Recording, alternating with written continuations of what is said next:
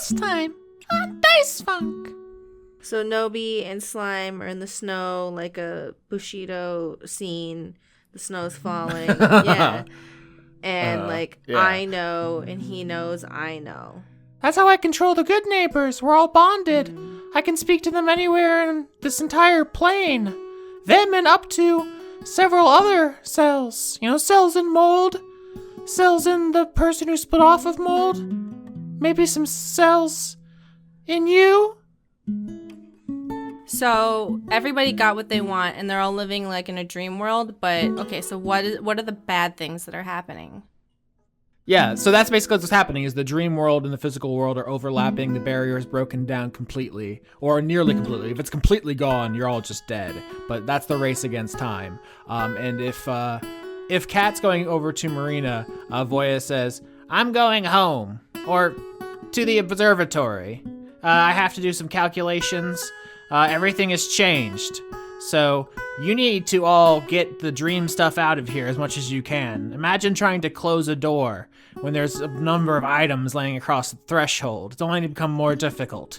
So send as much dream stuff packing as you can and send all the villagers back to me so I can get them where they need to be for the ritual. The town has voted not for there to be a governor anymore, not for there to be a Moist Watch. The thing you are most proud of creating doesn't even exist anymore because nobody liked it and it wasn't any good. You are far better for this town as a teacher than you ever were as a governor, and frankly, you weren't a very good governor. If Venta's right, then yeah, Venta becoming a Flash Top would actually probably be very good. We should be supportive of their new union.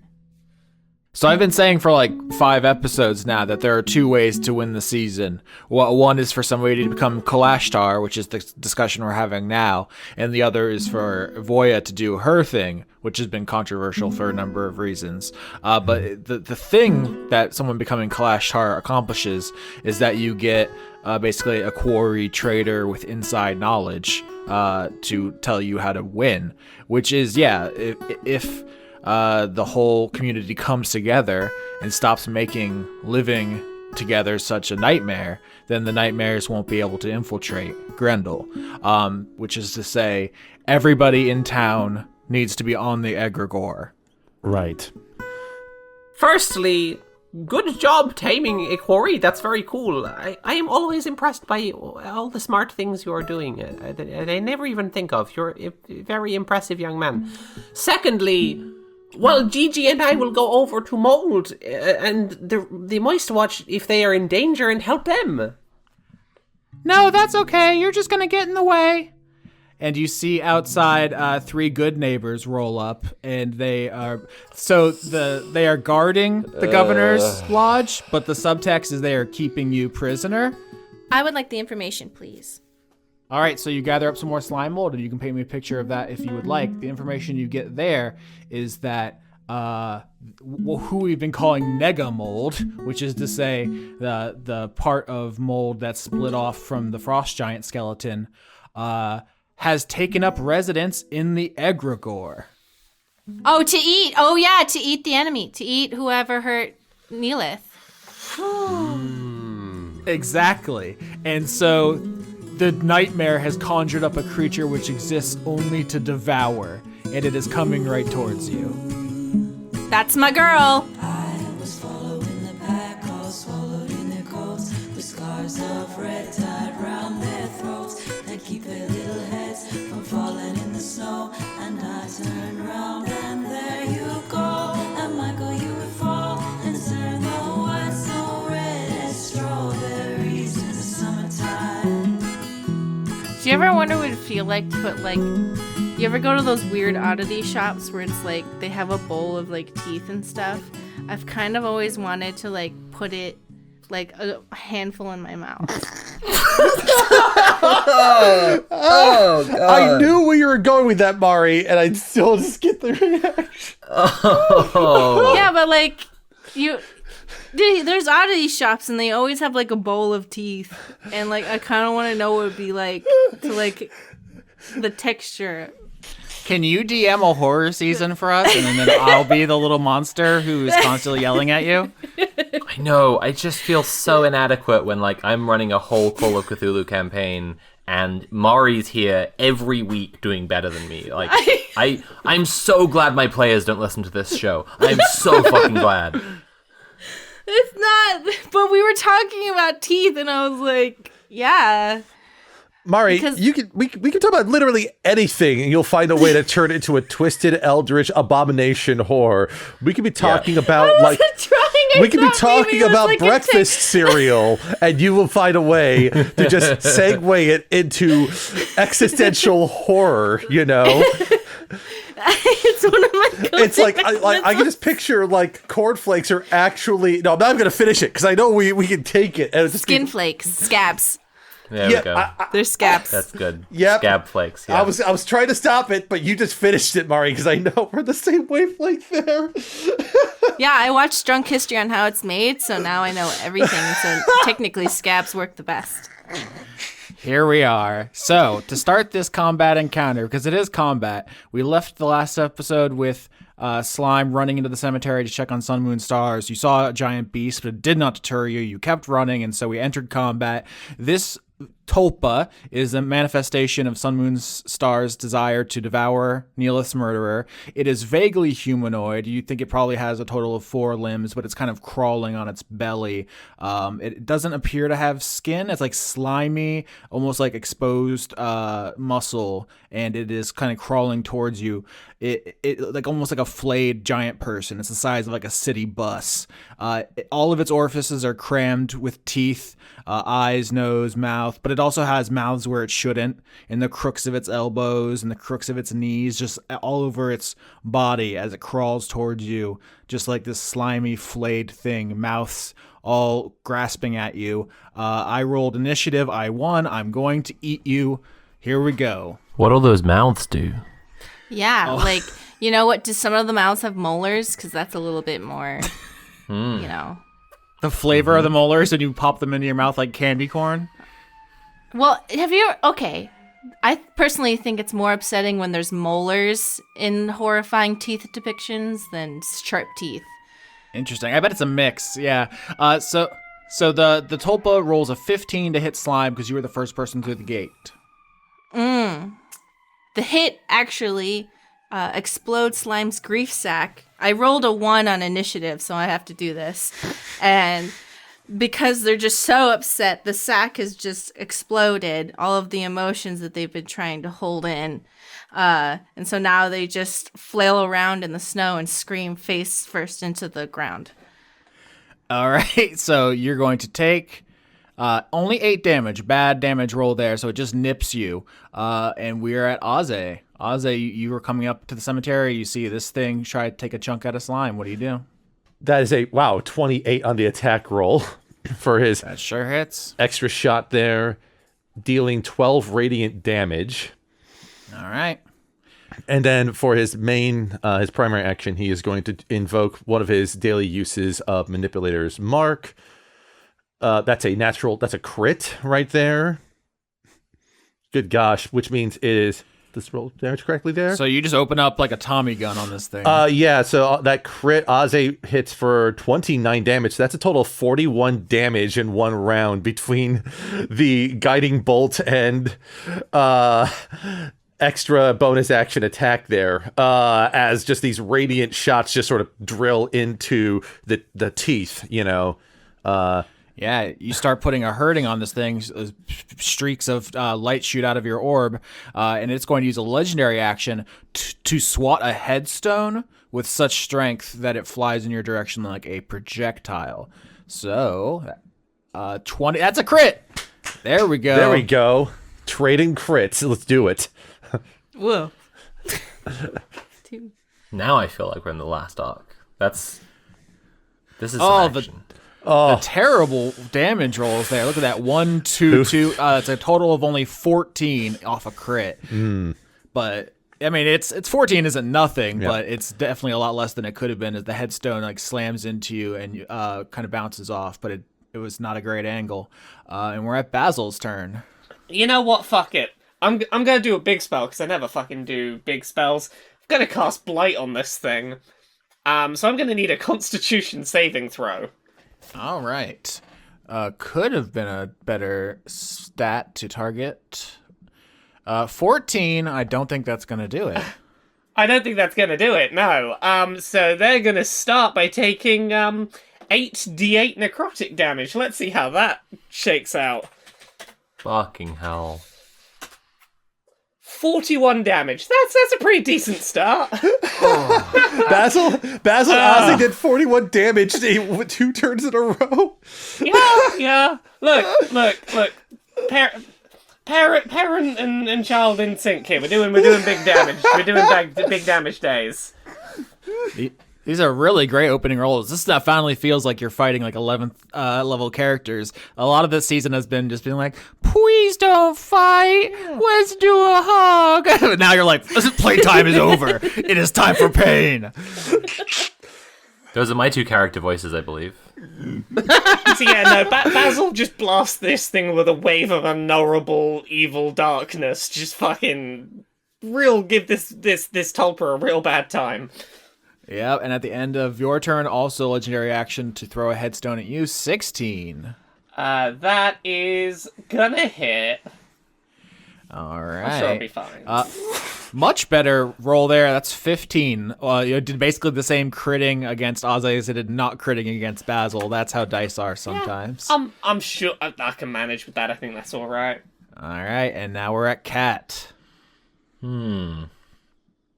Cat is gonna first say, Mother, where is Mother?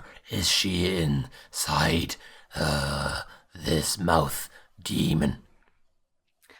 Slime looks at Cat and only is able to scream. For sensory reasons, I will not scream. I just want everyone to imagine the screaming. Cool. Appreciate that. On my podcast, they just scream. It sucks.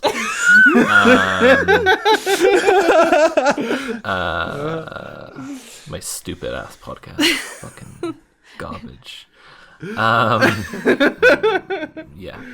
I might try something else in future. Anyway, so I'm just going to attack now. I have advantage because I'm barbarian. You're getting advantage because of Ozzy's manipulator mark that's still active because there has not been an attack yet. Oh my god, 19 and 25. Holy shit, those both hit. Okay, then take a whole ass 22 damage, boyo. Okay, you want to describe that? You're just leaping at. You have the. Do you have Shoko's needle gloves on? I guess they're the Genius's needle gloves, but Shoko gifted them to you. Yeah, I'm thinking about it. I think because Kat just asked that, and because what I'm kind of thinking about doing, if it seems like it might be a good idea, is grappling. I think that Kat wants to try and slash it, high risk, high reward strategy. Kat is gonna leap at its big main mouth, trying to slash at it, trying to see if she can see in its mouth, is Sun Moon Stars just swallowed in there, a bit like Attack on Titan or whatever, just inside the beast controlling it. Yeah, you don't see anything. I think the flavors, you start knocking teeth out of its main mouth while it's that's fantastic. Yeah, that's what I was kind of hoping for. Is Sun Moon Stars in the monster? I don't want to hurt. You do not see Sun Moon Stars, although the whole body's melting now from the necrotic blight. Love that. At the end of Cat's turn, 11's gonna miss, huh? That's my last legendary action for this round of combat. Yeah, that's my cat-like reflexes. Perfect. And we're at Slime at the end of the order. What do you do?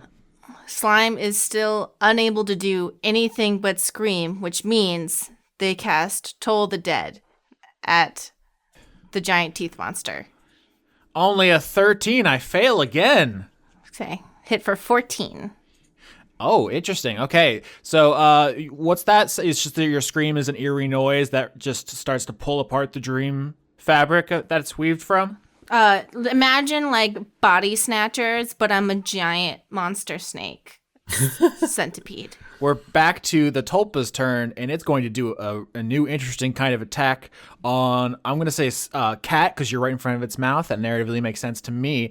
It unhinges its jaw, so insofar that it even has like a jawbones in a traditional sense. It kind of just morphs in a really unsettling way as it hyperextends its mouth farther than it should be able to, and attempts to just engulf you. Strength contest. Oh, you're a barbarian. I should have targeted someone else. Oops. Oops. Okay. But 25, though. But I've only got 2 better starting stat than you there, so... 7. What? That can't be right. No, shit, it is! Oh my god. Oh, no. All right, so first is first. You're going to take a bunch of damage. Boop, boop, boop, boop, boop. Oh, come on, the rolls. This Tulpa's rolls have just been dog shit. You only take 11 as it tries to clamp down on you with its whole maw, and you just knock a bunch more teeth out. Yeah, is it... Yeah, I was going to say, can I take an attack of opportunity or something in response here? No, but the other effect of this is that you are grappled, and it gains 11 health as it starts sucking the nutrients out of your body. No, my nutrients. Yeah, take that. You needed those nutrients. Shit. I did, though. That's true. Aze, it's your turn. You see Cat has begun the process of being eaten. Aze will use his bonus action to shoot off another one of his extra free shooty shoots at the Tulpa. That is a botch on that roll. Yep, obvious consequence. You shoot Cat in the butt. All right. Wow, 20 damage. You're doing more damage to me than the fucking teeth monster. Ozzy rolled almost fucking max damage on that misfire. God damn. Well, okay. What the fuck? Cat's not feeling great. That's what's happening now, so. All right, at the end of Ozzy's turn, legendary action, that's a 22. That's going to hit. Uh-huh. And so, one of the mouths on its arms bites you, and you just weren't prepared psychologically or physically for that vector of attack. You take 8 damage as it bites into your shoulder. Cool. And we're back to Basil. I'm gonna do Eldritch Blast. Let's just get the good old basic spelling, because I feel like I've done enough damage at this point. I need to arrange spell attack. Let's roll that. Anyway, I started blasting. Does 14, 16, and 8. That's a botch on that last one. Any of those hit? Only the 16 hits, but you also shoot Cat in the butt. Oh, Right, let's roll that. Probably not very great damage. 11 damage. 11's fine. To me, or is that for Cat? Oh, that's to you. I didn't realize I had to roll damage for Cat. Oh no, the +3 has come back to bite me, or to bite Cat, I suppose. Ouch. That's 8 to Cat. Sorry about that. Why is everyone shooting me? Not intentionally. Your butt's just in the way. Sorry. At the end of your turn, Basil, legendary action 14. That's gonna get me. Wow, it's the low AC squad. I do not have a good AC. 9 damage as you are kicked as the thing twists its body, kind of using Cat's butt as a shield. Yeah, I can live with that. Okay. Your turn, Cat. Yeah, I'm just going to attack again for now because of the beating. I don't think that it's going to be that long, so I'm just going to go for it. You have disadvantage because you're in its mouth, but... You gotta be kidding me. First one's a Okay, miss. so miss and then, yeah. Okay, cool. I love that for me. Fab. okay. Because I'm Cat's mommy and I'm already upset, Slime just jumps right down that monster's throat and casts Vampiric Embrace Touch into its stomach. All right, make a spell attack. 23. All right, it has 6 HP, so roll damage. Let's see how that goes. Okay. So, yay. Okay, I'm so excited. 18. And so, Slime screaming because they're already upset about everyone's in danger and they see their little baby inside of a giant teeth monster's mouth. So they just jump, push Cat out of the way, and tunnel down their throat, and then throw up all of their intestines into their intestines, burning it up and sucking up all of their health, and then jumping out of their back, screaming still. Oh, boy. Ozzy's immediate reaction is to shift into the cycle form and apply healing on Cat. So he doesn't comment much on what Slime just did, as metal as it was. Did you blow a hole in the back of this thing? Because yeah. I'm looking in the front of this thing, so I guess I'm looking out the back then? Yeah. So I'm like, yeah. Thank you, Mother. Good job. I continue to scream. So you put a hole in the tulpa and it kind of collapses down into the cemetery and starts, it's almost like it rots in fast motion. It's coming apart because it is made out of dream stuff and you have, completely compromised its integrity. So it is just before your eyes falling apart and kind of drifting away. And then Slime runs over to the entry to the baby tomb and just curls around it. The baby tomb is a quite upsetting turn of phrase, but yeah, you go down into the crypt where you have the stone crib we've talked about before. You do not see the abomination. You do not see sun, moon, stars. I think what you probably find is Squelcher, the zombie Tengu, who you have kind of made your thrall, and it is all messed up, all mangled on the ground, like someone came and Squelcher tried to fight them and lost. Oh my god. I'm for real upset. I believe Mari promised to come to your house with a gun. If you killed Squelcher. Is Squelcher alive? I mean, Squelcher's dead even at the best of times, but I know what you mean. If you spend that spell slot to raise Squelcher back like you did before, you can have Squelcher again. Oh yes, okay. But you won't get any more spell slots after this. That's my boy. And we're in the final phase. He's my boy. Including probably fighting Noby. I love the roleplay choice. Is it okay if all of Squelcher's limbs are the wrong way now? Because it's a zombie that you keep reviving no matter how many times it gets killed. So its head is on backwards. Squelcher's just free me from this horrifying existence. Be strong for Mother. Oh god. So you have Squelcher now who will fight on your behalf. The more traditional use of the spell is to have a zombie helper, so you have that, but you do not see sun, moon, stars, or abomination. What do you do? I asked Squelcher what the fuck happened by just screaming into their body mass. Okay. Why don't you roll investigation? Okay.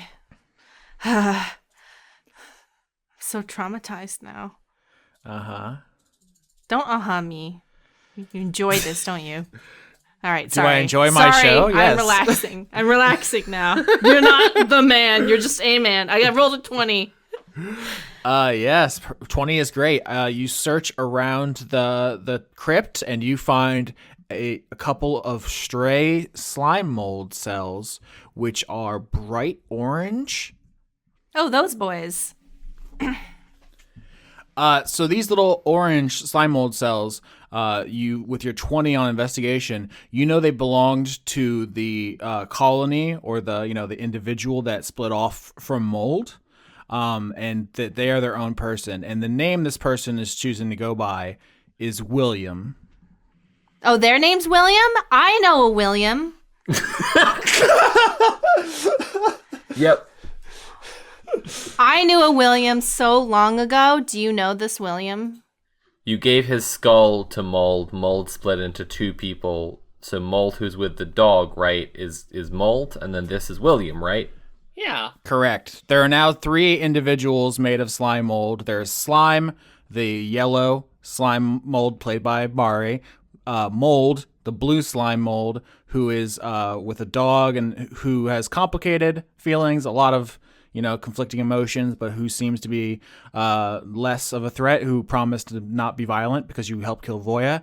And now there is a third slime mold individual, William, who has the skull of the human William, who you have told in your backstory, you couldn't control, and that that you took their skull as a reminder of the whole village that you destroyed, essentially. Mm-hmm. And the William cells basically say they name themselves after the one person you could never control, and that they think that you have destroyed what mold could have been. Oh, please continue. We have taken Sun, Moon, Stars, and the Abomination away. She's coming to your house, Austin. You may have distracted Mold with that dog, but I am still focused. I will have everything you love, and they will love me. Noby said, if we hide Sun, Moon, Stars from you, you will be destroyed, and everything will be ours. Cool, Austin. Cool. That's cool that you did that. Look, it's difficult emotional consequences. That's what you've signed up for. D&D is like this occasionally. Why? Okay, hold on. Let me think for a second. Because challenge. For fun. Slime so chooses. I can. Those are much smaller than slime, right? Slime just makes them slime. It makes them lose everything that they were. Exactly, and their like last thoughts as they are subsumed into you is just like, this is what you did to Mold. This is why we never trust you. This is why William is the one who will finally destroy you. Can you remind me when I did that to Mold? You didn't actually do that to Mold. William is saying that your influence on Mold, making Mold a better person, giving Mold a dog, trying to be a supportive person to Mold is the same as you absorbing their personality. My last communication to them before they become me is, that doesn't make any sense, and that's a false equivalency. That's a false equivalency. Murder. It really gets your point across when you make an academic point and then you erase their selfhood. Well, it wasn't murder. I erased their selfhood. Fair enough. So here we are in the end game. Let me remind everyone of the stakes here, because we just started with a big action set piece. The Dreaming Dark is about to come through the veil between the Dalcor and the material world. It's been getting thinner all season, and now it is so thin that tulpas are bursting through, thanks to Anne and Mold. We could throw a surprise party. There you go. The victory conditions, which you are aware of, are A, Voya gets all the astrological information of everybody in town and uses that to figure out how to do a ritual to restore the barrier. Mm-hmm. The problem with that is that Noby is going to sabotage it at all costs, because if the barrier goes back up, Noby loses his quarry, which means he's just a sheep and he can no longer wield the power of life and death over people. Option B is one you learned about from the Hashalak last episode, which is because what's eroding the barrier between the real world and the dream world is that everyone in town is so isolated and lonely and distrustful. It's literally your bad dreams and negative emotions which are allowing the Dreaming Dark to erode the barrier. If everybody kind of gets on the same page, if everybody has togetherness, and it's like a very the power of love, believe in yourself, power of friendship, you can just dream away the Dreaming Dark. But that is once again the one thing standing in your way is that Noby is a murderer and will never have good enough vibes, will never integrate with the town in such a way as to make that possible. I can break this one down because it's kind of conceptual. Here's the very simple way to put it. Everyone in town needs to be on the Egregore. Mm-hmm. Yeah. Mm-hmm. Okay. So everyone in town goes to Voya, or everyone in town goes on the Egregore. Those are the two victory conditions. The thing standing in the way of both is the murderer Noby, but only Slime knows that Noby is bad. And so there's this juicy tension that now has been exacerbated by the appearance of William, who hates slime and wants to fucking ruin slime. Could we have the map again? Slime King Mike's map? Could somebody put that in chat? Yeah, I think of the main people we have left to deal with, we have Potter, Hale, and Applewhite are the big ones that are left. Kat wants to go to see Farmer Applewhite, but I don't know if she's going to say that right away. And does Squelcher have anything to say about what they witnessed? Can Squelcher say anything on their own volition? No, that is a separate spell, Speak with Dead. Okay, so Squelcher can't even, like, squelch out a mime or anything. Nobody can say anything. Okay. So I guess Slime is just inconsolable at this moment, but still functional. You know, she just follows everyone behind, but they're just kind of squiggling around a little. Mm-hmm. I'm looking at the map real quick here, and honestly, the closest person to the cemetery would be Applewhite, so... Sure. Hell yeah, let's do it. Because otherwise it's the Wind and Dine Flayer and Ruth's Clinic, and neither of those... All right. The party leaves the cemetery and starts going towards the farm. You can see something in the distance before you even get close, which is there are large shapes moving across the farm. Just a fleet of big shapes that the silhouettes don't resemble anything you recognize. It's disconcerting, but there's Tulpa business about. And as you approach the fence, you can unlock the little gate and go through. The tum-tums go rolling out, seemingly running from something. And there are immediately two places to choose from on the farm. There are the fields where these shapes are, and you're closer now, so you see that they appear to be some kind of clockwork machines, not unlike something the genius would make. And the other place you could go is in the opposite direction, up near the barn, where the tum-tums are running from. You see like a stream of tum-tums rolling away from the barn, as if running from something over there. So there's a choice already. Kat's running to the barn. Yeah, Aze's following close behind her. You run towards the barn, and as you come around the corner where the tum-tums originated from, you see the gender-neutral confinement area, which Slime built on the farm here for the tum-tums specifically during that downtime. And you see standing outside of it is Mold, the frost giant skeleton with the big horned helmet. And on each of the horns on Mold's helmet, there is impaled a Sucora quarry, the centipede lobsters, the snake scorpions. Oh my god. Mold has one impaled on each horn, and he turns to look at you as you come around the corner, and you see he's holding another one, and he just casually tears it clean in half. Slime runs up and coils around Mold, but not threatening, just a hug. Just happy that Mold is okay. These wiggly things were threatening my dog, so I had to destroy them. Is that okay? I know I promised to stop doing violence. They are a threat to Yes! They are a threat to the whole village. Anyway, Mother was shot in all of her feelings, and they are outside now. Slime continues to scream, but manages to say, morality is complicated, it's okay to fuck up, and then just continues to scream.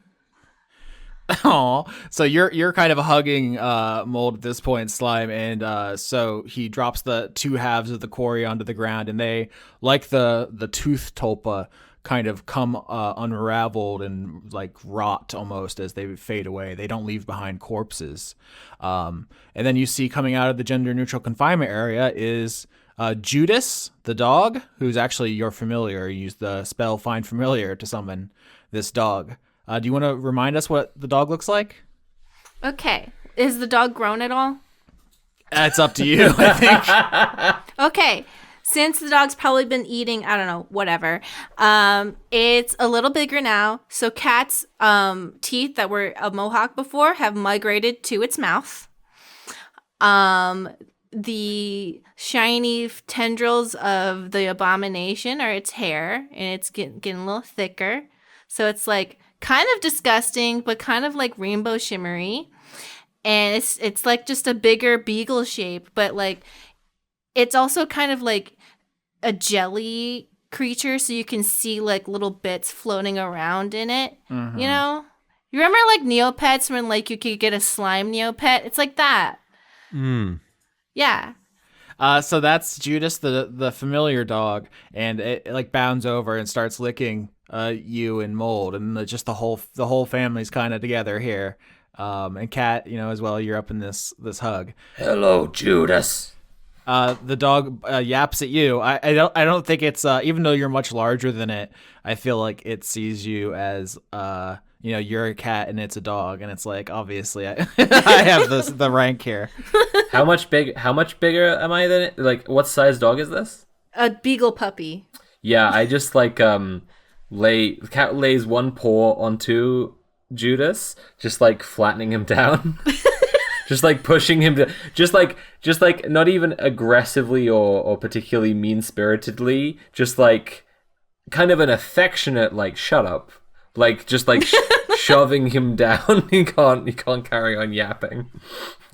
I saw a video recently of like a house cat chasing a full-grown adult bear, and I was just like, "Oh my god, that's kind of the vibe the way that this dog thinks of you." But you absolutely cannot choose to play. I was just imagining a lion's paw as like about the size of like most of a beagle puppy's body. Absolutely. Mold says, I have to keep killing these things to keep my family safe, so I can't go on a journey with you. I see you have a quest. There's a lot of questing to do. That's very responsible of you. Ah! So, because Slime's proud, but also in extreme emotional distress. Mm-hmm. Remember, if you die and Judas dies, you can't bring him back, which means I'm going to kill everybody. But you said as long as you're alive, you can bring him back. So remember that. Everyone's survival depends on you. Me? Who? Yeah. When you gave Mold the dog, he said if something happens to the dog, he'll kill everyone. And you said I could just bring the dog back. And he said never mind then. Oh yeah, if I die. Yeah, I can't die. All right.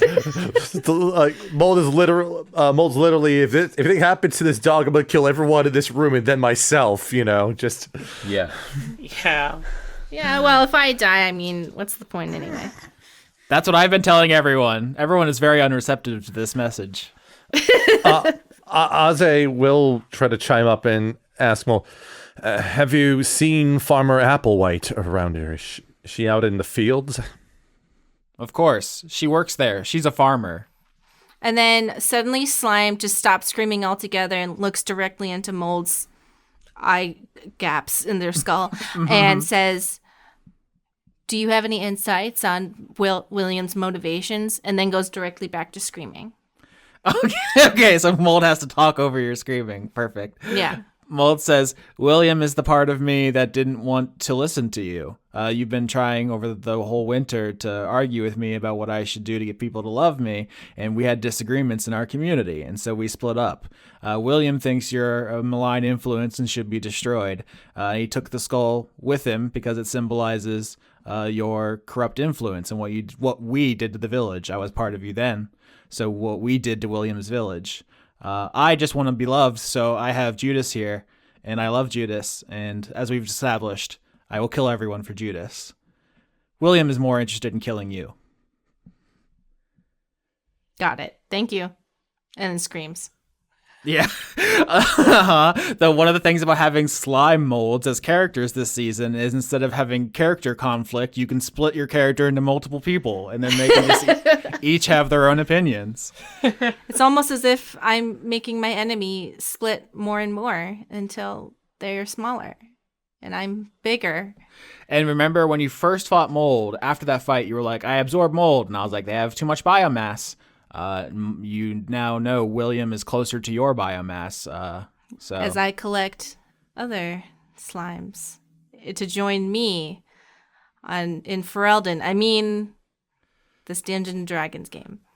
You have collected slime. You have rolled in for investigation to collect loose protists at every location. So yeah, your biomass keeps growing. Aze will suggest that once Slime is done communing with Mold, that we all go to the fields to try to convince Applewhite to probably to not embrace the sweet mechanical luster of these machinations in her fields. Yeah, so you can leave Mold to Mold's devices. He's basically just going to be walking around killing quarry. If this was a more traditional Dungeons and Dragons campaign, like every time you want to go from one location to another, I would roll on a random encounter table, like, you know, Pokemon in the tall grass. You'd be fighting quarry this whole time. But part of the narrative justification for not having that pretty annoying mechanic is that Mold is out there just ripping through these guys. Also, you know, this show would never reach any kind of narrative conclusion if you had us. You made us do fights that weren't explicitly narratively required. Absolutely, that's the way we do things here.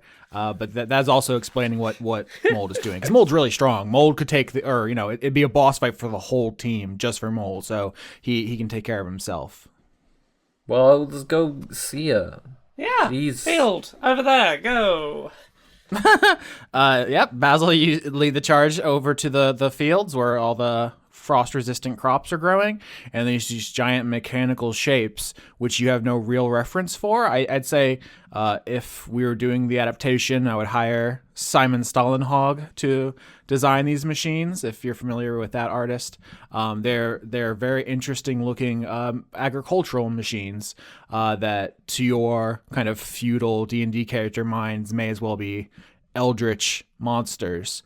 And they seem to be like plowing the earth and like harvesting crops, and Applewhite's walking around with a big smile on her face, like thumbs hooked through her overalls, like and her suspenders, just beaming proudly at these machines, which are doing more work in an hour than she would do in a week.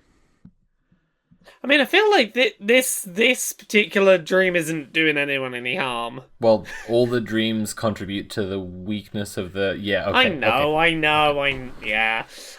I recognize the problem, but like... Unlike everyone else is like, oh no, you've gone into like a dream world where like you're losing touch with reality. You just got some cool farming equipment. I can respect that.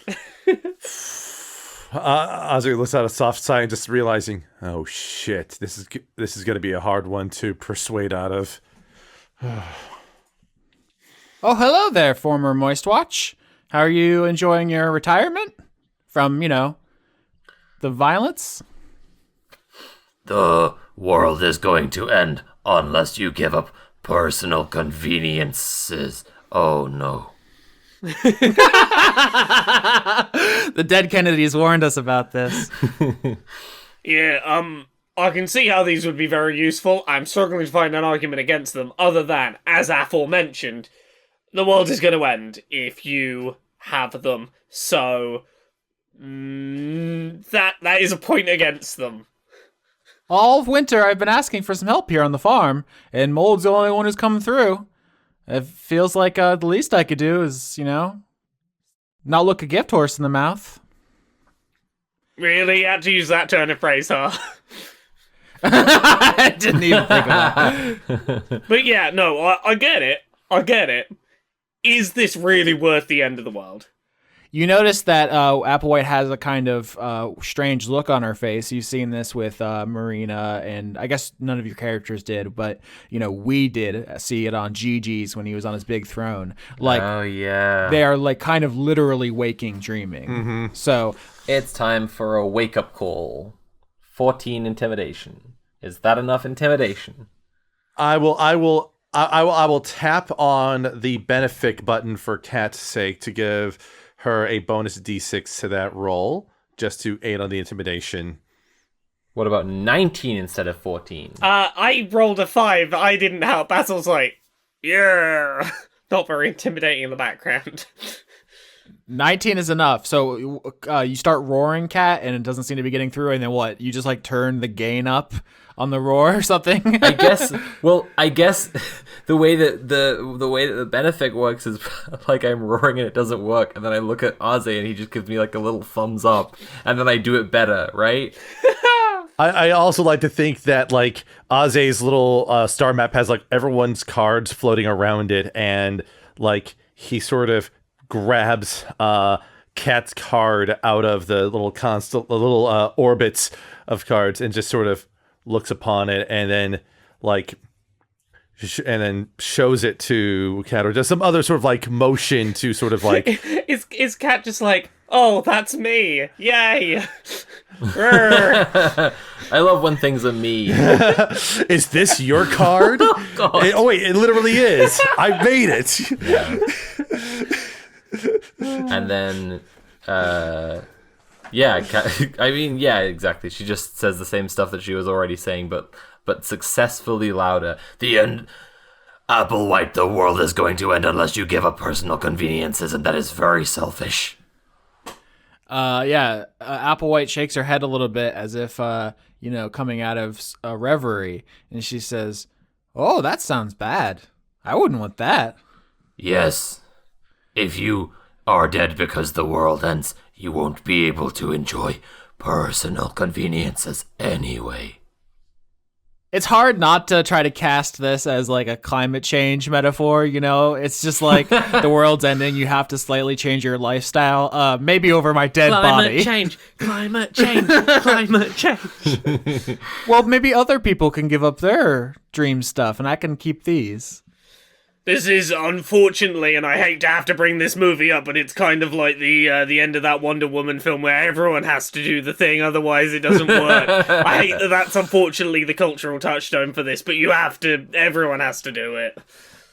We should have done this season a year earlier so that film hadn't been out. I hate that that's what it's done to us. I mean, if it would help, I am more than happy to help out around the farm.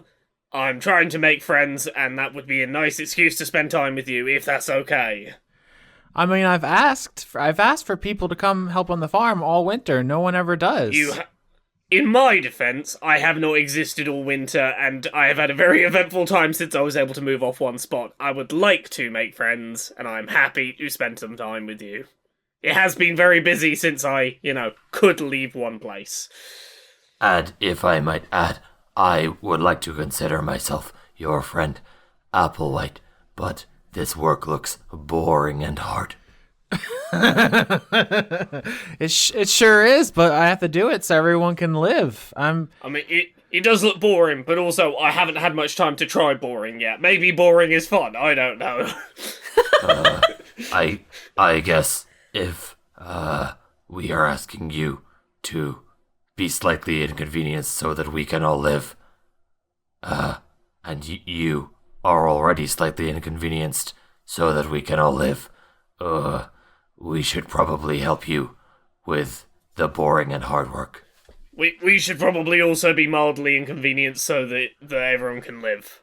I suppose actually the farmer is the one who is the poorest and most exploited in society already, and we shouldn't put so much pressure on them to solve our problem.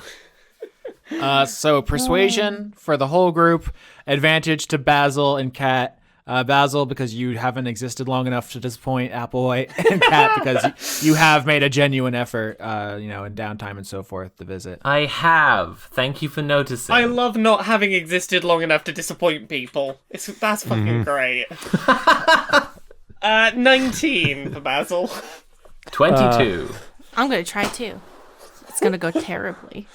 Ozzy did not do well. He rolled a 4 because he's just not good at this. Ozzy has existed and not made the effort. Oh my god. I got a 2. Yeah, so the party passes 22 and 19. So yeah, even though I think Slime and Ozzy, the dice just agree with Applewhite that she has felt unsupported, and I know that's not out of malice. No one's saying you went out of your way to be a dickhole. Right. But there also just isn't enough time to support everyone in your community. That's not a failing. That's just literally how many hours are in a day. That's physics. That's, time. But yeah. That sounds like liberal bullshit to me. It's almost like you deliberately set up the premise of this season for us to have to fail, that there was no, strategy guide we could have followed to 100% this. This is just like Tokimeki Memorial, where you can only do one thing a week, and if it's no, you know what it is. I'm flicking through the strategy guide now. We didn't realize we could play the Song of Time and go back and get the other people. Okay, Applewhite obviously finds that persuasive. There's been a lot of talk, both in character and in the listenership, about Applewhite being annoying, and I think her demands are relatively reasonable, and she is won over by the likewise reasonable argument of "we will help." Applewhite is a wonderful character that Neelith would have spent more time with had, emotions not been a thing that needed dealing with. Applewhite seemed chill. But there is a complication, which is Applewhite nods, agrees, and then closes her eyes, and you see she kind of shakes a little bit. She does that thing in movies where people have psychic powers and they're trying to convey to the viewer that they're using them, and then she opens her eyes and says, "Oh no, they're still there." Cat also pounces on it. I mean, yeah, you can pounce on a giant harvesting machine. Your teeth and claws do not get through its metal hide. I'm riding it. That's amazing. Just you riding a giant Stalinhog harvester in the background in this conversation. She says, maybe I don't want it enough. Subconsciously, maybe I still want them to help. It's hard to just give up things, even if you want to. Basil is gonna look around for if there's any hand operatable farming gear around, like a plow or something, or a shovel. Yeah. Oh, that's cool. Yeah, I like this a lot. I'm trying to think of a role if you want to actually just pick up some equipment and start doing work. I think that's the plan, is to be I know words a thing that we can say, but hey, maybe you'll feel differently if I'm actively here helping. Yeah, that's nature. Nature. Oh, ouch. Oh, okay. 17 with a negative modifier is pretty alright. Hell yeah, Basil, Yeah. You saved the day. Oh, hell yeah. This is great. Describe this to me. You do exactly what... I mean, I didn't even have a solution in mind, honestly. I was just curious what you all would do, but this is perfect. Basil initially goes over and tries to find like a two-handed tilling plow or something, and does mage hand and is okay, yeah, I'll just push this along, and it's no, okay, do not have two mage hands. And then sees some kind of machinery that can be pulled and goes, oh, fine, and starts pulling some kind of designed for a horse, not happy about it, but making the effort to be see, fine, I'm helping. This is not fun for me, but I am helping. I'm making an effort. Yeah, you can slip into the yoke on a till and start pulling it, and then you make that horse noise. You made a very Mr. Ed noise. Yeah, exactly. I think Basil, after a few seconds of attempting with Mage Hand to do something that isn't how a horse would help on a farm, is okay, fine, I'll do the horse thing. Especially with you kind of embarrassing yourself a little bit, I think it definitely helps cut through. And the more you till, all the big machines start slowing down, and you can see that they appear to be rusting, in fast motion, time lapse. I discussed the quarry's corpses rotting in fast motion, or the tulpas. It's similar to that. It's they're rusting and breaking down in an extreme fast motion. The longer you go about plowing the field. And everyone can see that. And Applewhite says, "Huh, I never thought I'd see the day that Moistwatch was tilling my field." Aze will also just try and say, to be fair, Applewhite, we are no longer the Moistwatch, so I guess it took dissolving us for this to get resolved. Oh, funny that. As soon as the Moistwatch went away, the people in it started helping. It's almost like you abolished the... something. It'll come to me. Well, I mean, it's sort of like that, but it's also sort of there were no pending murder investigations at literally this exact second. There were a lot of other things going on at other times. Kat says, Is there any farm work that involves large balls of yarn or scratching? So you're all working in the field here, and all the machines are rusting and falling apart, and just literally evaporating into the air like the other dreams and tulpas you've seen so far.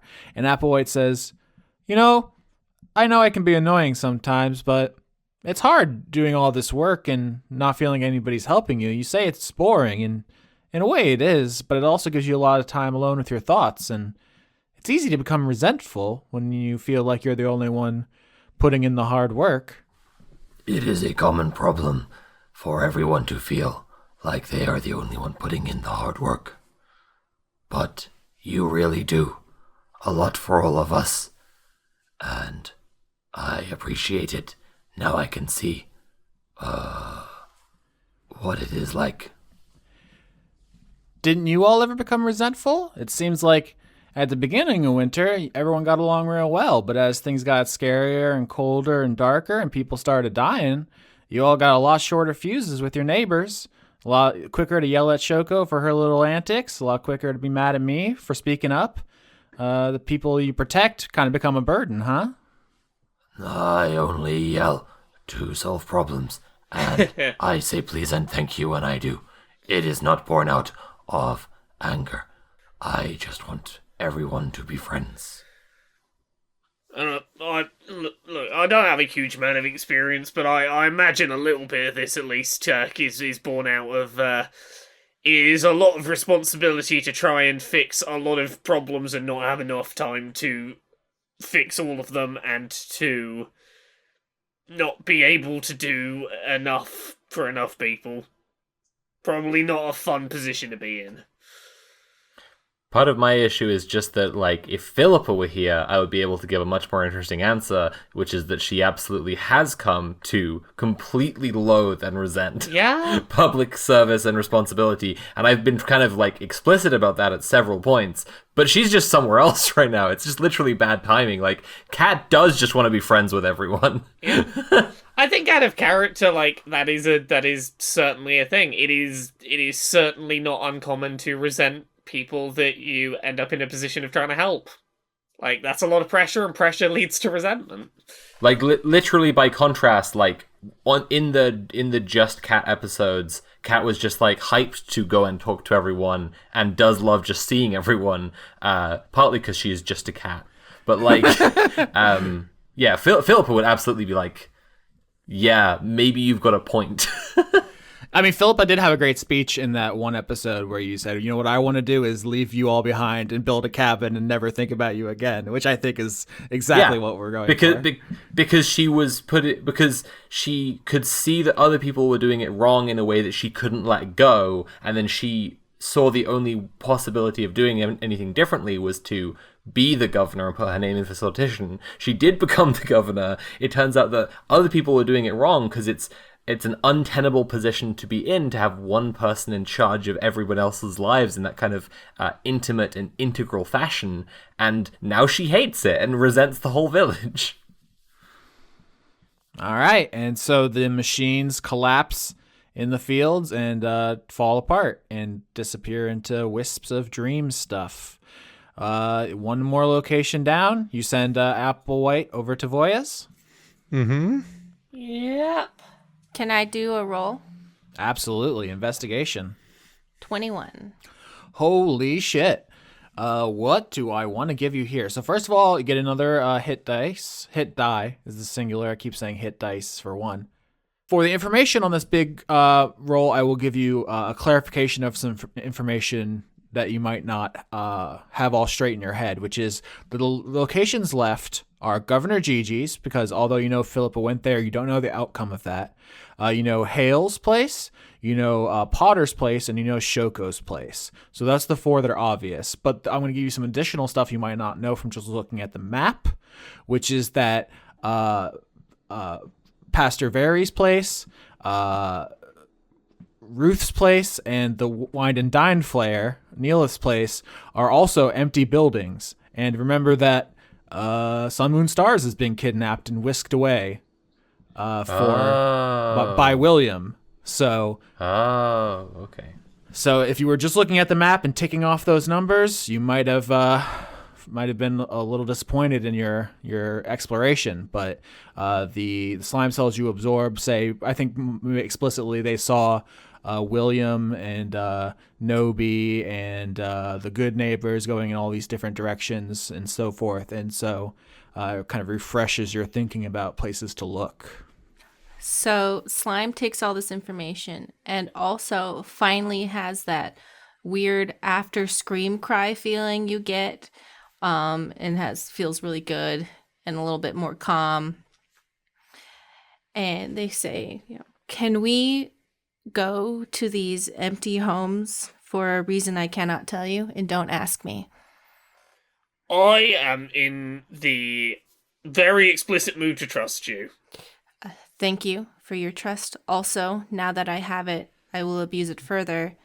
I mean, you've already had my trust. I'm trying to, in a very vague sense, say, yes, I will do the thing that you need done, and not say any more than that. I asked the group for some consideration in trying your best to not immediately set William on fire.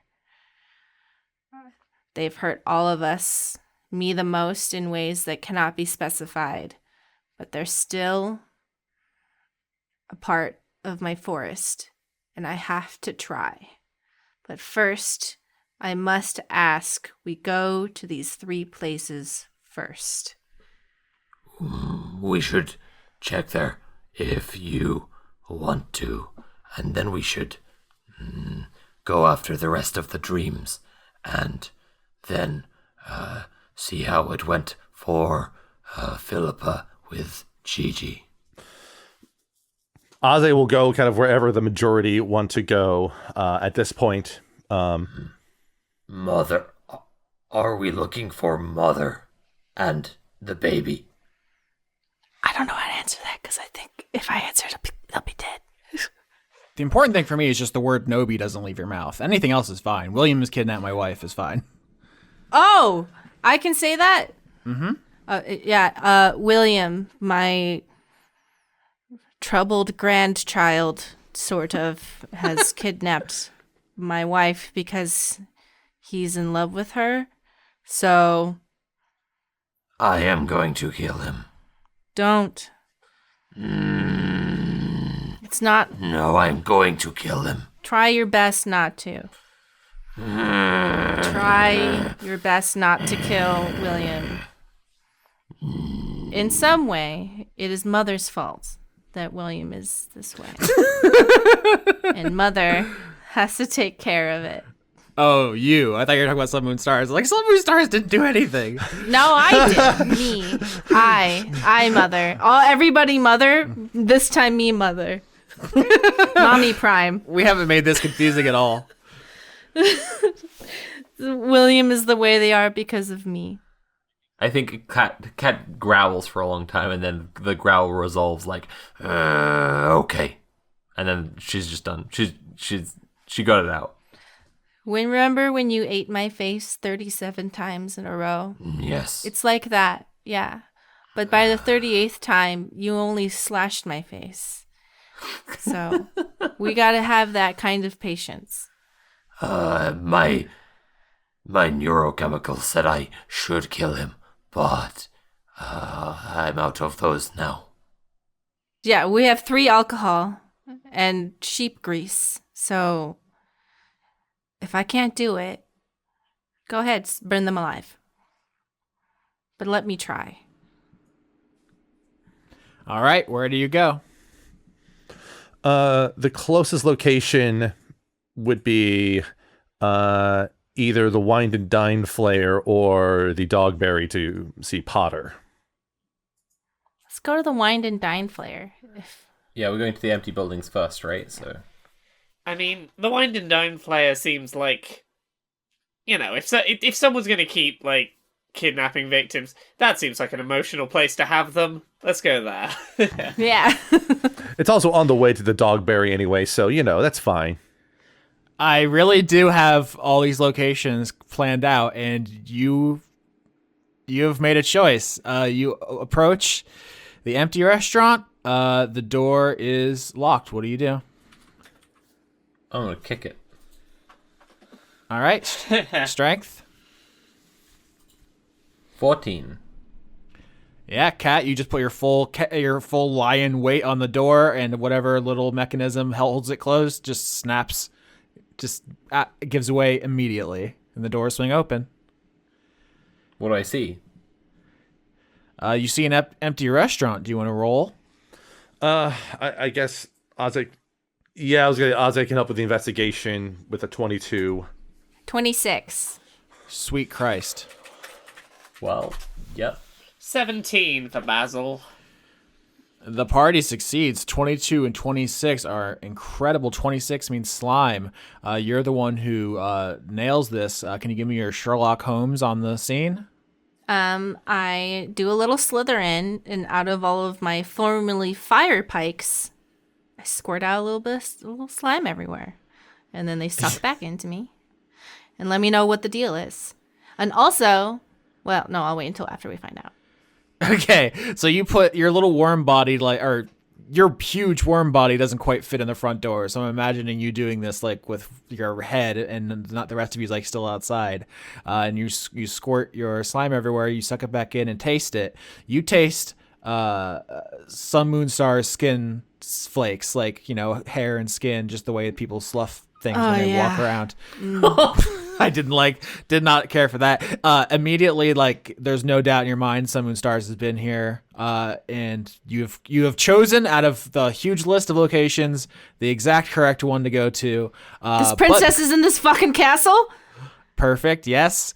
Not only that, because of your just a ginormous roll, 26, you also taste a loose orange protist, which leads you to believe William is nearby, and that if you had rolled poorly, I would have snuck attack your butt. All right. William's nearby. Also, I just tasted Sun Moon Star's skin. Cat says, "Perfect, Mother!" and runs in, just charges in. It's charge time. It's charge time. So you're expecting to be ambushed, so you aren't ambushed, is how I'm going to say that goes. Yeah. Let's roll initiative. I'm going to do it with disadvantage for William. 18. 20. Ozzy rolled a 9. All right, Kat, you're up first. You charge in, and William kind of slurps down out of the ceiling tiles, this orange slime mold colony. Mm-hmm. Roughly the amount of slime that slime has, I would say. Like, their biomasses are pretty close because this was coming off the big mass of mold. But as slurps down, instead of landing on you and immediately, doing what slime does, like vampiric touch, rip out your innards, barf on you, absorb you, all that kind of stuff, you it's coming, and so you get the drop. It's your turn. What do you do? I love that for me. So I didn't just spam Tasha's Hideous Laughter in the last fight because I got the one spell slot left, and I was like, I might need this for Noby. But Kat doesn't know that she might need this for Noby. To her, the single most important boss fight that she will be confronted with is this one, because family are in danger. So she's going to use Tasha's Hideous Laughter to immobilize William, and then be yelling as she runs deeper into the Wind and Dine Flayer, "Beat his ass, but don't kill him. I'm getting Mother and the baby secured." All right, Tasha's Hideous Laughter. I have to make a save. It's a wisdom save. This creature driven only by jealousy and envy, not the wisest to ever walk the face of the earth. No! No! What? Austin, why did you do that on purpose? With a bonus of 0, I rolled a 19. William does not think it's funny. That was my last spell slot. Austin, I stay up all late playing your Dungeons and your Dragons, and this is This is how you do me? Oh, that was almost a Philippa retort just happening in there. Yeah, so you cast a bardic spell on William, who slurps away and begins taking a kind of humanoid form. Does not start laughing. Does not have lungs or a mouth to do so, even if they wanted to. And it is Basil's turn. Oh yeah. Okay. Basil uses Hold Monster. So Wisdom saving throw? As we've discussed previously, not exactly Socrates here. That's a 3. Yeah, that is not going to be successful. The target is now paralyzed for the next up to a minute. All right, Basil, you see the slime mold slurp out of the ceiling, try to land on Cat, and a magic shoots from your horn and holds it in place, and we're at Ozzy's turn. Well, in that case, what Ozzy will do for his main action is just use one of his daily uses of Manipulator's Mark. So just pop that off there, and let's just cast it off to see if he can get a hit with it. Where is it? There we are. That will be a 12 on the attack roll. Probably a miss. Nope. Yep. And that's Ozzy's turn. Over to Slime. Ozzy turns on the cycle, shoots and misses, and hands it off to Slime. I cast level 4 Blight. Constitutions. 9. That's a failure. 24. Yeah. Honestly, I was expecting a lot more damage. Pretty bad rolls, huh? A lot of shitty rolls, yeah. A lot of 2s. Mm-hmm. But that's okay. We're just trying to make them smaller. I don't know what Williams feels. I don't know that William even knows right now. William is just basically... That's fine. That's allowed. William just purely hates you. It is William's turn. Pronoun hate. Yeah, hate can be a gender. Hatred can be a gender. Pronoun I just think William would be it's. I just think it strikes me as that kind of yeah. You know what? Yeah. goblin core agender, self-mythologizing kind of like I'm William. Yeah. It is William. I'm going to roll to bust out of the paralysis. That's a 22. So you blight, you shoot out, your acid, your necrotizing magic. Tiny spores that suck the moisture out of you. Thank you. Yeah, it starts to wither, but then it slides away and goes squelching under a table. Also, you have Squelcher. We haven't talked about Squelcher. I'm a little worried for Squelcher. I don't know. Okay. Well, just for the rules, I'm just going to say Squelcher gets attacks. So I'm just going to do some squelching. Okay.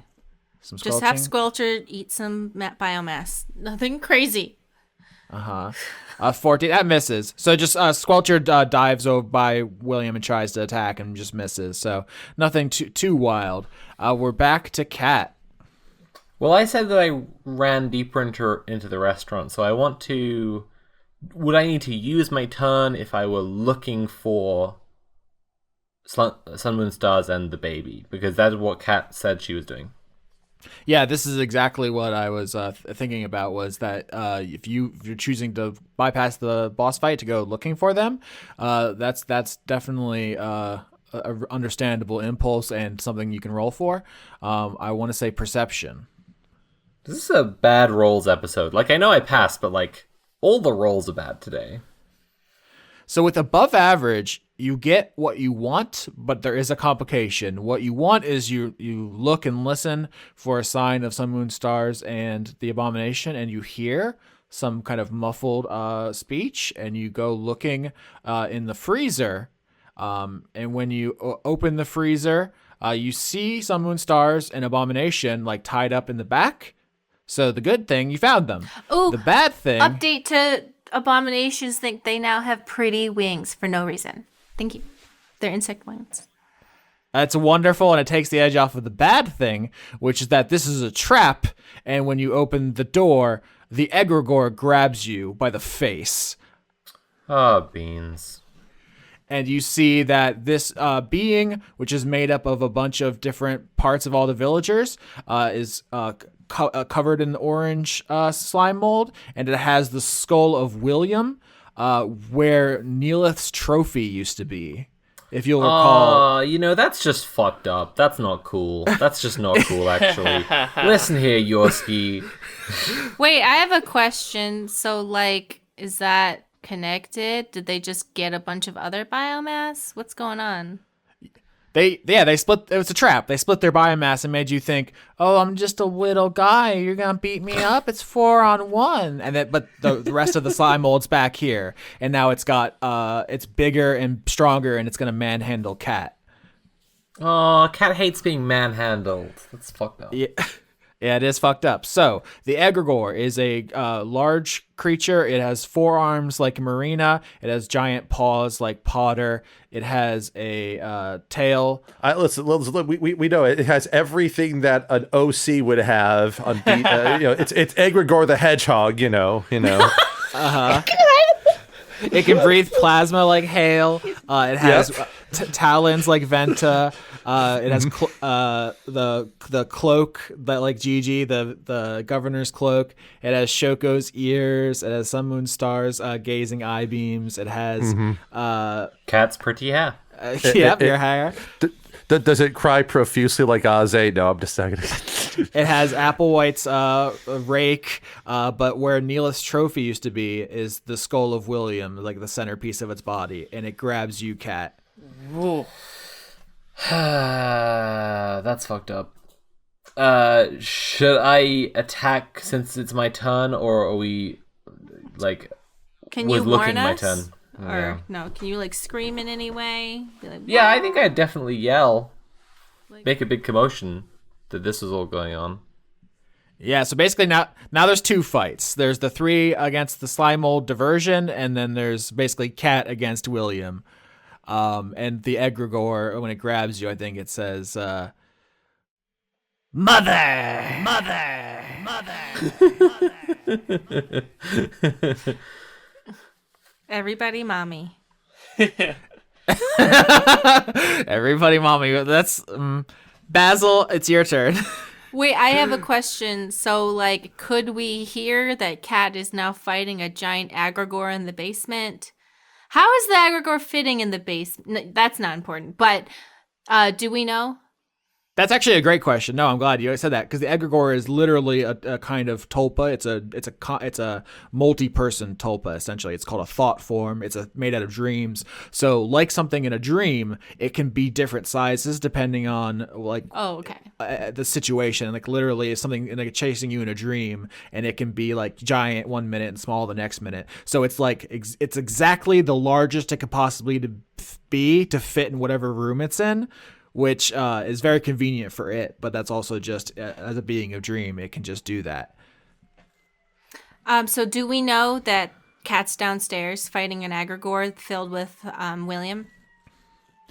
Yeah, so it's not downstairs, it's in the freezer of the restaurant. You're all in the dining room, essentially. So you can hear the scuffle. I'm not going to keep that from you. But it is, it's going to be like a scenario of like taking, attacks of opportunity if you want to peel off. Okay. Basil? So I'm cool with one of these piles being killed. Just Can Basil see the bigger one? Because Basil's got a plan. Actually, you know what? Screw it. Let's just do it on this one. Gonna cast fucking Blight. There you go. All right, con save. And that is a 11. That's going to fail. That's not gonna be enough. That's a lot of damage, isn't it? That's a lot of bad rolls, but 25 damage. Yeah, the rolls against William have been pretty poor, huh? Look, Basil doesn't want to respect the restaurant. That's all that's going on here. Oh, perfect. Big attack, big attack. Oh fuck, can't desecrate the kitchen. Aze. Aze will use a bonus action to shift to the manipulator to try and shoot the portion of slime that's out the portion. Aze will shift to the manipulator sign to shoot off a shot against William. That'll be 24. For 16 radiant damage. Before following that up with another one of his daily uses of manipulator's mark. He has 2 more of those left, so we'll just shoot that one off. 27, and that will do 46 rolls for 10 damage. Fuck. So Ozzy does 26 damage between his 2 attacks, and the next attack made against at least this portion of William is made with advantage. All right, this is going to be thematic. I'm going to do a 3rd level vampiric touch. All right, I hit for 20, right? Yep, okay. And so I throw up my guts on it, and then, like, you know, I'm literally sucking in some biomass, and I'm repatriotizing them. Yeah, this is a unique circumstance because, the game as written doesn't account for a slime mold creature who can do all the things your character can do. So this is a unique opportunity. When you vampiric touch it vampiric touches you back. What? 'Cause it can just do that? Yep, that's a special ability I gave it. Okay. 20. That's going to hit. You always sound so surprised by things. It was just, what? I'm like, what? What happened? Okay. And does that count as their turn? No. Oh my lord, these rolls. This has just been a bottom of the barrel roll kind of day. That's only 6 damage, so you do way more. So basically you start absorbing it, and it's trying to absorb you back, but you're overpowering it. It's now William's turn, so I want to give some additional flavor. First of all, I'm going to attack again with Vampiric Touch. This is almost like a absorbing tug of war. It's like, what if the blob fought the blob? But then can't I Vampiric Touch back, right, when they do it to me? You do not have the ability I made up for this boss, no, unfortunately. That hits. 3d6. Oh boy, here we go again. 11. So it is absorbing you as you are absorbing it, and slime in like the dining room of this restaurant. This is now a really gross battle as it's kind of it's pulling you out of the Remarays, and you were trying to sucking it up. And it's this intermingling of like dog vomit yellow and like bright orange, and it's really gorgeous. Gorgeous was definitely the word I was going to use. Not nauseating or disgusting and none of that. Gorgeous is what I was thinking.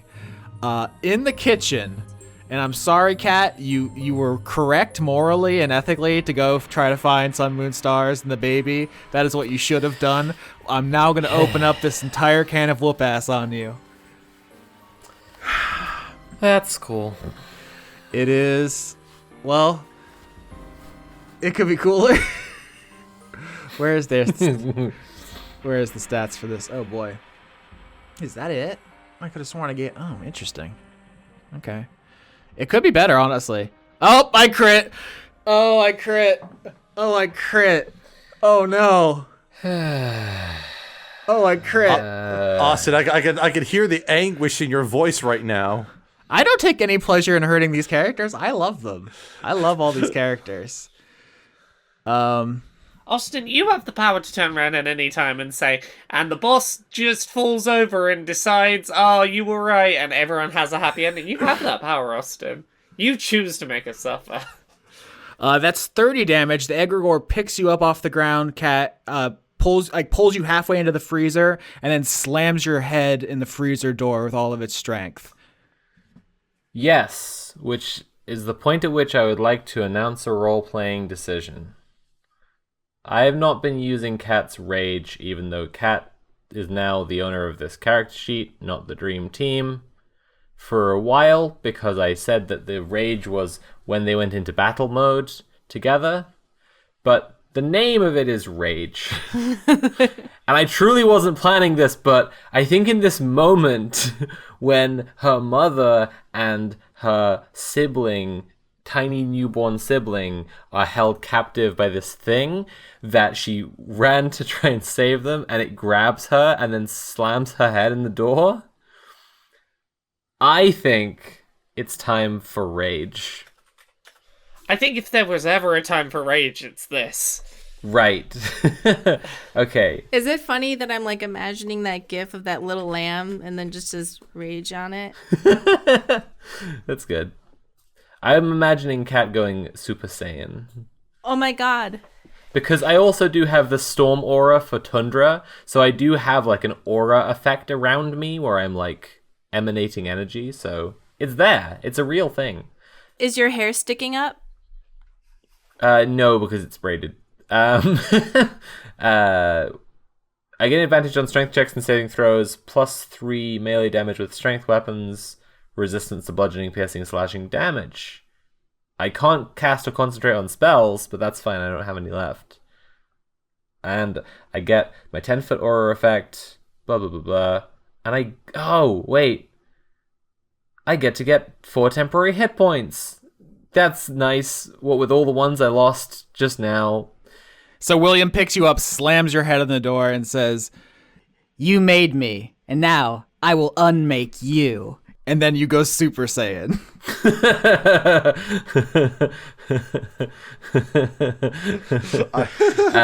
And Cat says, We all come from dirt, William. You will be dirt again soon. Fuck, this is so cool. So I guess I just like roll my hit dice twice. I hope this isn't shit now. 21, but then a 12. 21 hits. Shit. 18 damage. All right. Damn, you did more than half of what William just did to you. How does that look? You just slam your claws inside of the Egregore? I think what I was planning to do is that I jump up and try to bite as deeply into its neck or equivalent. But yeah, it, like just where I think there will be arteries. Yeah, so the way that William is driving the Egregore is a lot like how Slime is driving the Remor rays, which is to say the biomass to host ratio is off. It's mostly Egregore, and then there's like a spider webbing of orange stuff on it. So it's not like Mold, who is like that you fully dipped a skeleton in blue stuff. So when you bite, you do a good amount of damage. You get a meaty pocket of William, but there's not a heart or arteries or anything that you're like, oh, that's the obvious weak point. Cool. That's a good hit though. Basil. So how much of so we're aware of the big one that needs dealing with. Cool. I think Basil's gonna come try and help with that. All right, you're gonna take an attack of opportunity to try to bail on the distraction fight. 16. That's gonna hit. 18 damage as the William that is locked in a death struggle with Slime sprays you with acid and the kind of spores, the moisture-sucking spores that Slime is always using. Yeah. And so as you try to leave the room, you get coated in that, and it starts sucking your juices out. Oh, that's fair. I'd do the same. So yeah. Having a rough time, Basil is going to run over to the other fight and give Blight another go. Unfortunately, because they're like struggling in the entranceway, you don't have a clear shot on this turn. Next turn you will, but you basically have to give up this to switch battlegrounds. Okay, no worries. Cool. Next turn, I'm gonna contribute to stuff. No, this is good. Ozzy, it's your turn. Bonus action to do another shot against the fight that's going on here. That will be a 16 on the attack roll. That hits. All right.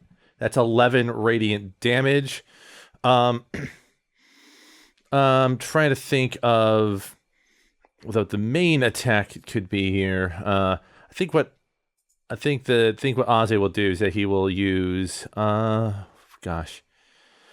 I'm going to just use my last free daily use of a Nebular Mark against this side of William. So let's see there. Ooh, unfortunately that attack's going to miss. Roll the 12 on that. All right. It looks like it's Slime's turn. Remember, Vampiric Touch. You don't have to spend a spell slot. It's just active now. So if you want to do it, you can just do it. We're just gonna, puke at each other. You're just sucking. Okay, We're that's all both you do. just sucking each other. Okay. Yeah. All right. I can just do that without spending a spell slot. Okay. What level? Any level? What's? It's the same level that you cast it at, I believe. Okay, so we can just swap spit and okay. Oh, gosh. All right. I'm just gonna keep that going, I guess. Just 13. Oh no! Well, so you roll damage. Do you want to say because they're like entwined, we're not rolling to hit anymore? We're just going back and forth to the damage. I do have a +10 to it, so most likely I will hit anyway. So yeah, let's just say that. All right. So you do 13 and you heal 6. Okay. It is now William's turn. I rolled 8. All right. So once again, I do just less damage on the Vampiric Touch, even though we're using the same spell on each other. This is very interesting to me. Wait, how much damage do I take? 8, right?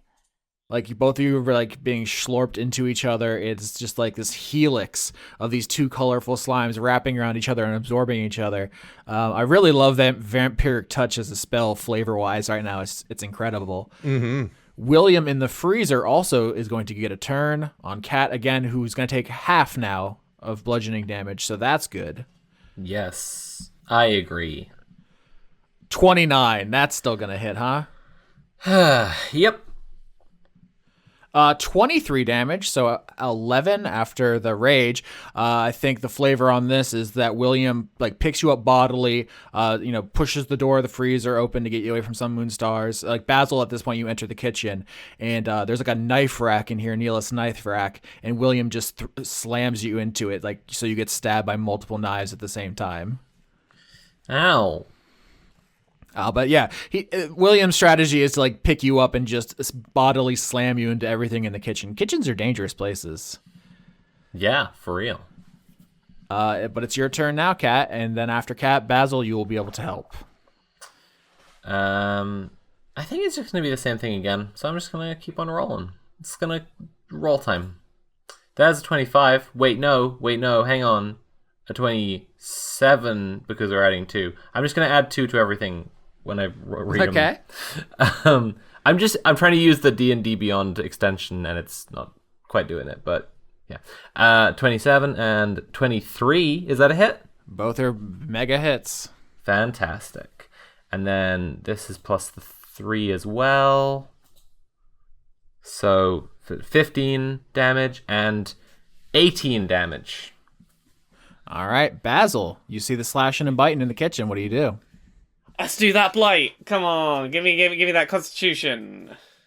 23. Okay, I do half damage, I guess. Let's roll that roll. I'll get the big hit in eventually. Wow. It's still good. Oh no, it's half of that. So still 19 damage. Yeah, that's a meaty hit. So you I know, but it's not 38. That's why couldn't have had the good and the bad rolls on the other turns. Let me do this damage on a proper hit. Half of this episode has just been us whining about our rolls. Aze, your turn. You've seen William and Slime are just fully enmeshed now. I think you get the sense William is about one turn away from being absorbed. Aze will attempt to assist in wiggling the biomass down to aid Slime. So bonus action to do the free attack there. Does a 15 hit? Hits exactly. That's 15 radiant damage. Nice. And then in an effort to rip apart William a bit, his main action will be to use Starry Whip, because he remembers using Starry Whip to pull apart like the different yokai that were being mannequined by Mold way back when. So that's a 20 on the attack. Ooh.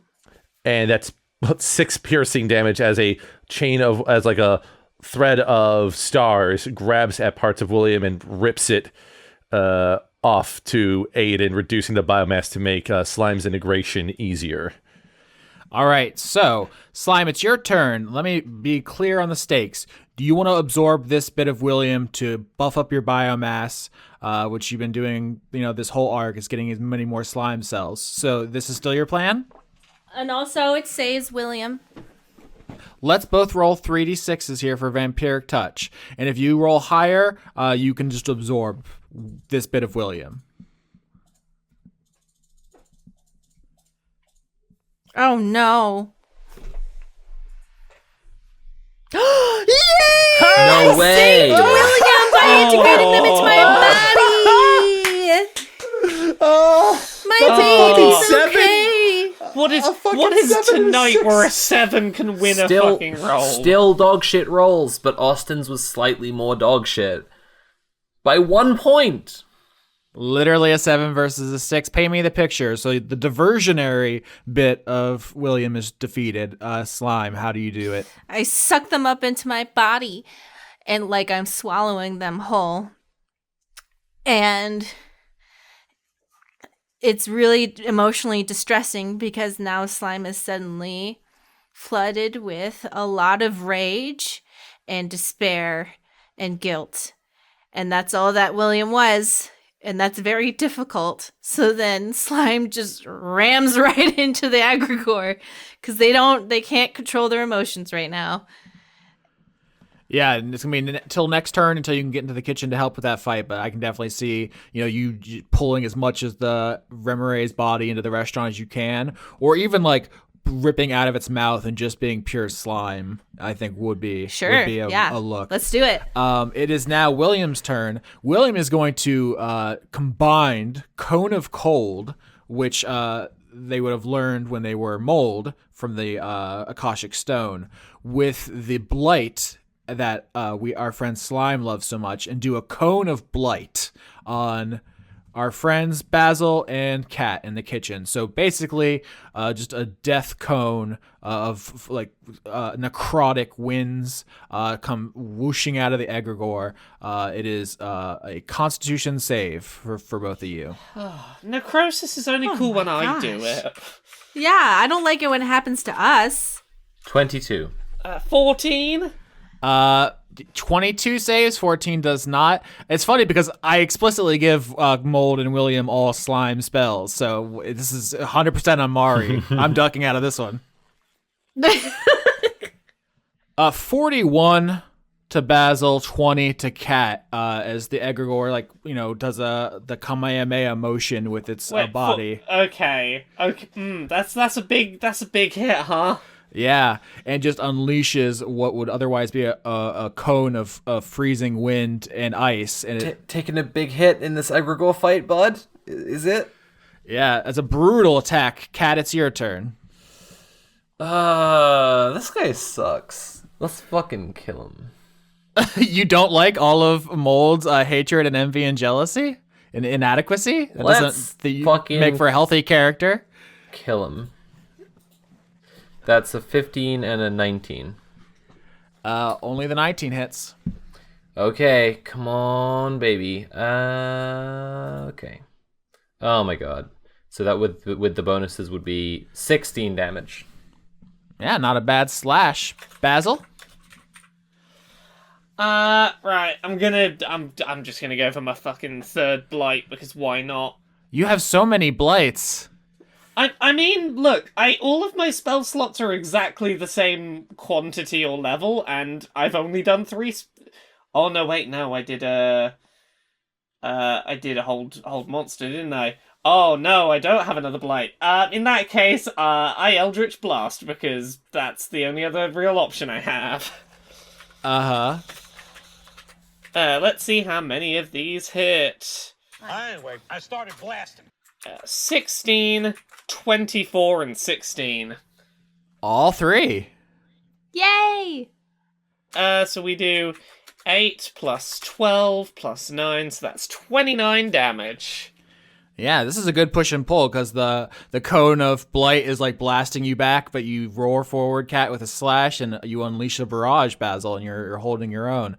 Aze, you can now run to the other fight. Aze hears the what's going on. He's going to use his bonus action to shift to the cycle as he heads over, and as he gets close enough, he is going to slam down he's going to cast a 5th level spell. He's going to cast Mass Dignify and heal at least himself, Basil, and Cat. I don't think Slime would be in range for this, so let's get the healing out there. That's going to be 23. Oh my god. Plus an extra 2d8 plus 5. So let's see here. Holy shit. Yeah, so Aze heals 42 damage to himself, Basil, and Cat. Just as the formations of the tree and leaf just kind of smatter all over the combatants and the walls as he runs over. Aze is the real MVP here. I know, Aze's like the Deus Ex Machina of this I was show. on 18 points left. How much did you say you were healing each? 42. Oh, hell yeah. Yeah, no, Basil was on, I'm gonna say it was single digits. This is the thing about Starry Form that gets really fucking bonkers. It's like, oh yeah, every time you do a healing spell of any sort, bonus 2d8 plus 5 healing on top of whatever it does. It is nice. So now it's Slime turn. Slime, if you slurp out of the Remoraze's mouth with your bigger biomass, and you I still have all the Remoraze intestines inside it, just for flavor. Just let me have it. And then that's exactly the flavor we want here. All right. And then I kind of like at the end of inside roll my like gelatinous slime intestines body like really aggressively. Think of a really like angry big ball of slime, whatever that looks like to you, and it just slams into the Egregore because it's just mad at this point because they have to deal with so many emotions. So you come barreling into the kitchen, just a giant ball of slime and intestines, and William sees you and says, "If I can't have all of your friends, neither can you." It's too late. I'm already on them. They don't even finish the sentence. All right, you're going to do that vampiric touch that you still have going? Yeah. Do you want me to roll to hit or what? Yes. This is a different AC. 27.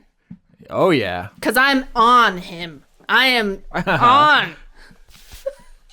I'm excitedly all over on. that motherfucker. Uh-huh. You're coming home, young it. Right now. You're grounded inside of me. I don't know if I like that. It's too late. You're coming home, young it. You're grounded. Go to my room. Wait, no, that sounds terrible. Yeah, exactly. All right. Let's do a level 3 vampiric touch because we got vengeance for later. 11. So you remember when they're in that downtime and you were talking to Mold and you were doing drugs and then you were playing with dreams and you didn't like that Mold wasn't doing what you wanted and you tried to dominate him? Now it's your turn. Wisdom saving throw as William tries to dominate person because he wants to control you and make you kill your friends. Okay.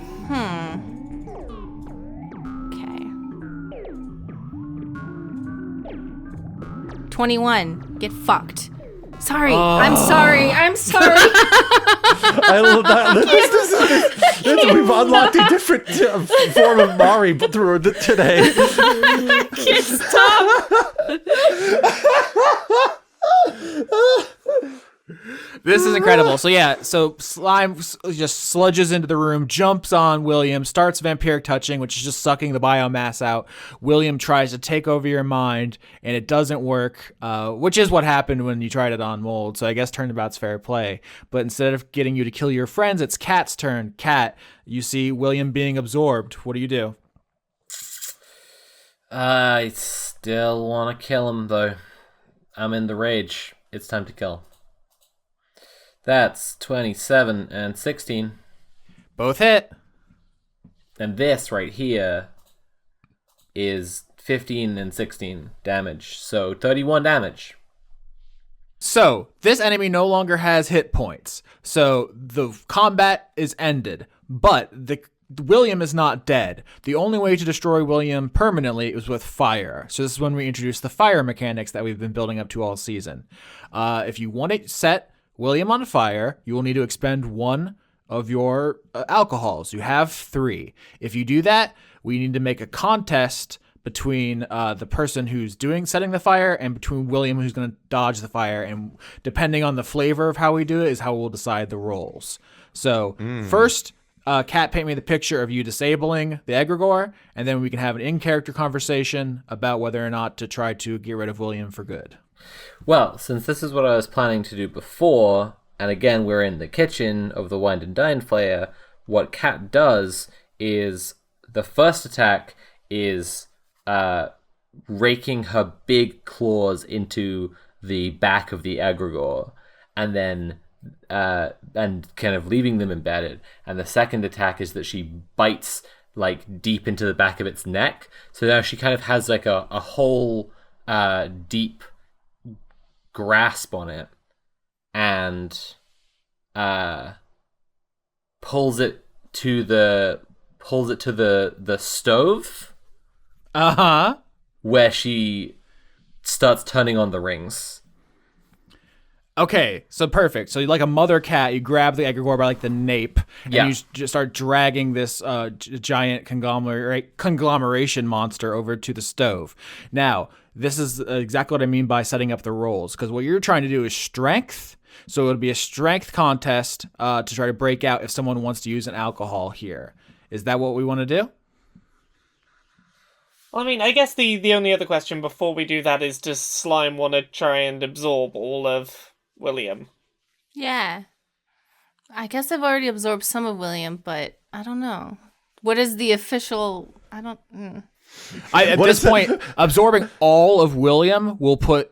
it will basically make you half and half, and your character their personality will be irrevocably changed. Well, I got enough, so that's cool.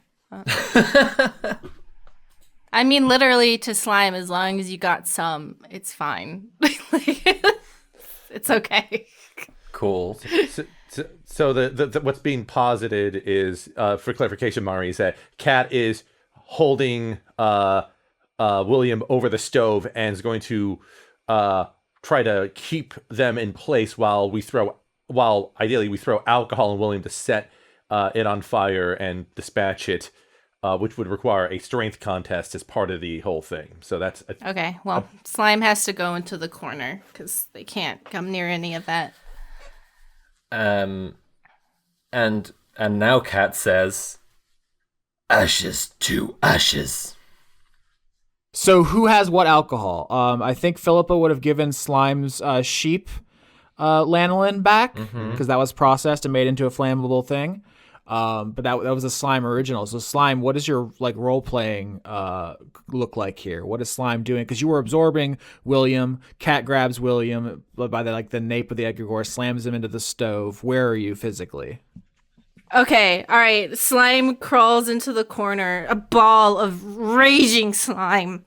Just so angry because they've sucked up all the anger, and then the anger from the William who they just sucked up is enhancing all the other emotions, and they've been feeling controlled, and which obviously comes back to William, and so they're like, I was being controlled, and then William like, yeah, doesn't it fucking suck? And they're all yelling at each other inside Slime right now. Ooh, I love that. You're like roiling, and it's like this conversation in your body and also out of your body, because William is probably saying the same things that the cells you absorbed are saying. So it's like a chorus of people telling you that you suck. Yeah, and I do suck, and that's okay. When you live for thousands of years, you're going to do a lot of things that make you suck. So Kat is busy holding William to the stove, and Slime is in the corner, literally undulating with, conflict. There is a bottle of processed lanolin here. Basil and Aze? Basil is going to attempt to combine the special lanolin with shocking grasp for a nice little spark to get it going. All right, let's strength contest. So if this succeeds, me and Kat are both going to roll.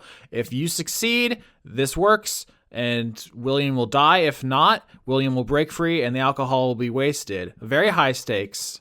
Here we go. Do you want to go first, or should I go first? I'll go first. 21. Here I go. 18. Oh, Hell yeah. fantastic. Yo! Paint me the picture. Well, I mean, I'm holding him over the stove, and I think that, what is lanolin like? It's like a grease? Yes. So, like, basically Basil is throwing an igniting, like little tar bomb onto the Egregore, and Kat has lit the rings of the stove and, like, frees her mouth because she was a bit too close to it otherwise, but, like, pushes her front paws forward, so she's just shoving as much of the body as possible on top of the stove as the grease hits it. So the whole thing just, like, goes up to, like, a massive fire plume, I think. And then as the whole body ignites. Now, Neelith, and I guess Laura, you would know this best, Neelith's restaurant presumably has fire suppression systems. 100%, yeah. How do you envision this? I mean, there wouldn't be like a sprinkler system, but I imagine like William's burning, and then like falls to the ground and is turning to cinders, and now there's a fire in the restaurant, and you would, you, Laura, not Basil, would know where like the stuff is. I think that Neelith would be the kind of person to have very clearly labeled fire extinguishers basically like 3 or 4 times along every wall in the kitchen, because not so much because of her own need, but because she does not trust other people, and she's like, someone's gonna come here at like 2 a.m. and try and drunkenly cook themselves some fucking dinner and start a little fire in my kitchen. I don't want my kitchen ruined. There's just very clearly labeled, like, here is the fire thing, here is a diagram right above it that tells you exactly how to do it. Just take the thing and point it and go. I picture 2 blankets, one for the fire and one for you to comfort yourself after you've dealt with the fire. All right, so there's 3 aspects here that I want to hit. One, after the embers die down and this foam puts out the last of the fire, there is a human skull in the foam and ash. 2, Sun, Moon, Stars, and the Abomination are tied up and need help. And 3, Slime, you were having a crisis in the corner. How is that resolved across the party?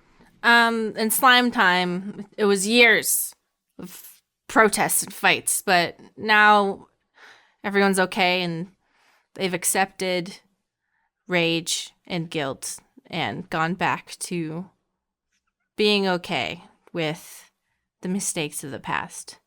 And also now Slime rolls up to the Egregore and, William's skull's mine now again. So wait, are you driving the Egregore now for the final arc? Yeah, it's mine now. All right, sick. And William's skull's back in, so I get in there. I slither in there, and now there's 2 me, some William and me, so I'm more filled out. Buffer.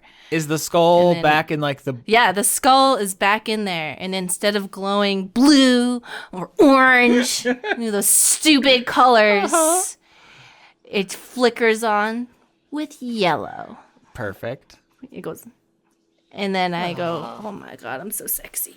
And I turn to Sun, Moon, Stars. What do you think? She has like a sock sweetheart. tied in her mouth. Do you want it in your mouth? No. Oh fuck. Good season. Good season. Yeah. So you cut Sun, Moon, Stars free, and obviously she just like does a collapsing hug onto you, and the Abomination, when you untie, starts flapping around the freezer because you gave it gossamer wings now. It's got insect wings because they're pretty and iridescent. Oh, hey, it seemed like there was something that you couldn't talk about and you really wanted to find these 2. Can you talk about what's up? Yeah, I can talk about it now. Noby threatened to kill Sun, Moon, Stars and the Abomination if I said anything, but Noby's actually quite evil and lying to all of us, and I would very much like to torture them before we kill them, or, break their brain and make them live forever in a broken mind.